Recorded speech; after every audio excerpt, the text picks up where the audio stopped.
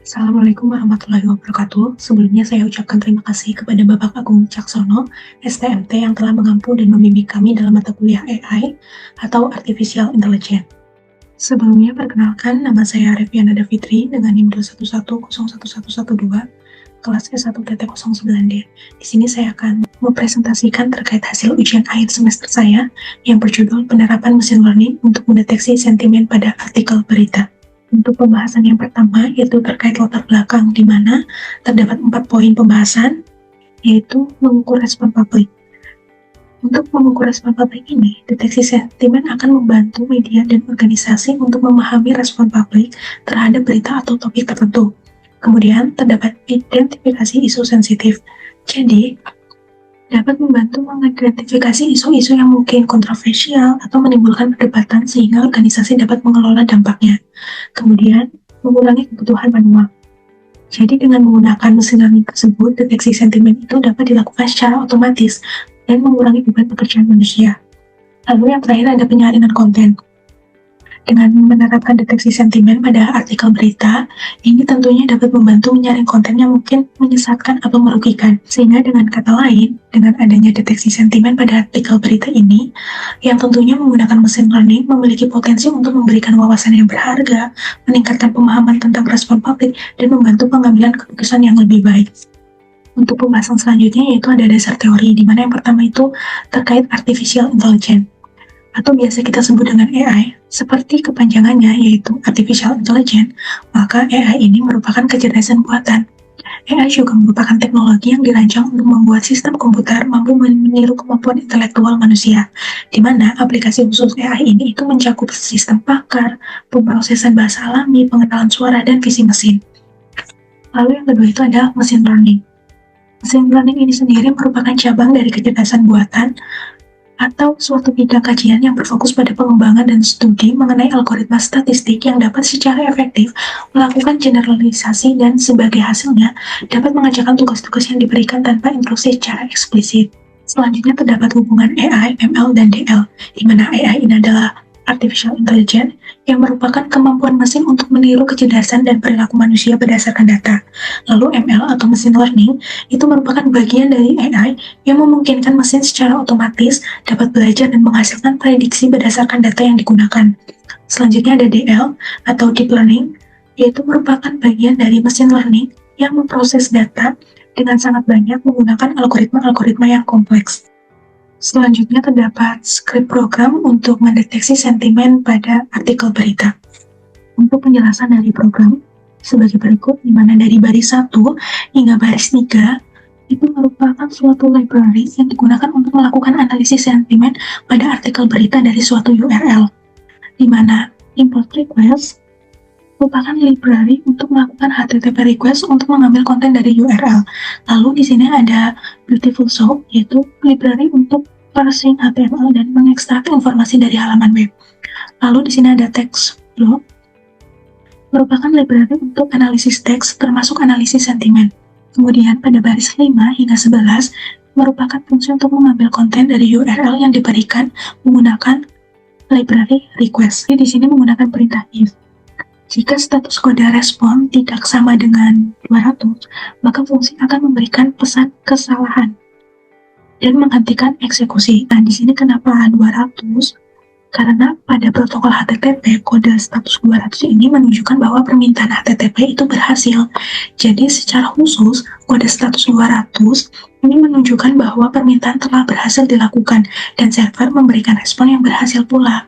Kemudian pada baris 13 hingga baris 17 itu menggunakan Beautiful Soup untuk parsing HTML atau untuk menganalisis HTML yang nantinya agar bisa mendapatkan teks dari artikel di halaman web tersebut.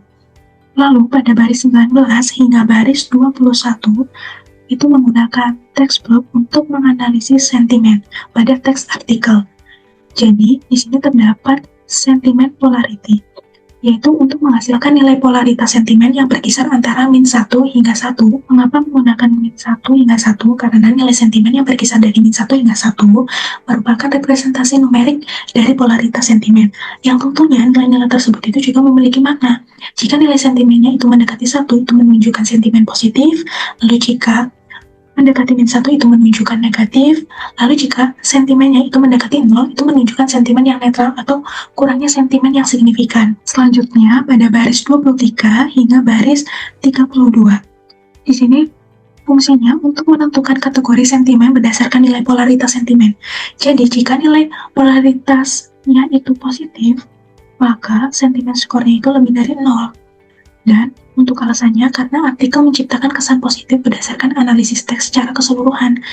Apabila sentimen skornya itu kurang dari 0, maka sentimen kategorinya adalah negatif, karena artikelnya itu menciptakan kesan negatif. Lalu, apabila sentimen kategorinya itu netral, maka bisa jadi sentimen skornya itu sama dengan 0 atau mendekati 0, yang mana artikel tersebut itu tidak menciptakan kesan positif maupun kesan negatif. Untuk perintah menentukan kategori sentimen ini menggunakan perintah if else. Jadi apabila sentimen skornya itu lebih dari 0, maka perintah ini akan dijalankan. Lalu jika sentimennya itu kurang dari 0, maka perintah ini dijalankan. Dan apabila tidak ada di antara lebih dari 0 maupun kurang dari 0, maka perintah ini akan dijalankan. Selanjutnya, pada baris 34 hingga baris 36, di sini untuk menampilkan hasil sentimen dan alasan mengapa sentimen tersebut dikategorikan seperti itu. Jadi di sini nantinya ada outputan sentimen pada artikel berita, memasukkan URL yang diinputkan, lalu sentimen kategorinya yaitu bisa positif, negatif, atau netral. Lalu di sini juga mengoutputkan alasan. Alasannya berdasarkan dari riasan yang telah disebutkan sebelumnya. Kemudian pada baris 38 hingga 42, di mana bagian ini itu akan dijalankan ketika script dijalankan pula. Jadi URL artikel berita yang ingin dianalisis sentimennya dapat diganti di bagian variabel URL to check di bagian sini. Kemudian script akan memanggil fungsi detect sentiment with reason untuk menganalisis sentimen pada artikel tersebut dan menampilkan hasilnya. Nah, mungkin kita langsung saja untuk mendemokan terkait programnya. Jadi, di sini kita akan mencari artikel beritanya terlebih dahulu. Ini terdapat artikel berita dari CNN Indonesia dengan judul Mahfud santai tanggapi pernyataan Jokowi memihak di Pilpres. Kemudian kita kopikan saja URL-nya, lalu kita masukkan pada variabel URL to check. Lalu kita klik running. Jadi sentimen pada artikel berita dengan URL yang telah kita inputkan sebelumnya itu memiliki sentimen kategori positif dengan alasan bahwa artikel itu menciptakan kesan positif berdasarkan analisis teks secara keseluruhan. Sama halnya dengan hasil program yang telah saya inputkan sebelumnya, di sini juga berasal dari CNN Indonesia dengan judul Jokowi Presiden boleh kampanye dan memihak di Pilpres. Ini juga memiliki sentimen kategori positif. Untuk pembahasan yang terakhir itu terkait kesimpulan, di mana kesimpulan pertama yaitu dengan menerapkan mesin learning dalam deteksi sentimen artikel berita mampu memberikan kemampuan untuk otomatisasi analisis, meningkatkan efisiensi dalam pemahaman respon publik terhadap berita tanpa keterlibatan manusia secara langsung. Lalu yang kedua itu dengan adanya sistem mesin learning, memungkinkan pemantauan dan respon yang lebih cepat terhadap perubahan sentimen, kemudian memungkinkan organisasi juga dapat merespon dinamika pasar dan opini publik dengan lebih tepat waktu. Lalu yang ketiga itu, dengan adanya deteksi sentimen melalui mesin learning ini, dapat meningkatkan kualitas informasi dengan menyaring konten dan mengidentifikasi berita palsu atau yang merugikan. Yang tentunya ini akan sangat membantu untuk meningkatkan integritas informasi yang disajikan kepada pembaca. Sekian yang bisa saya sampaikan, kurang lebihnya saya mohon maaf. Wassalamualaikum warahmatullahi wabarakatuh.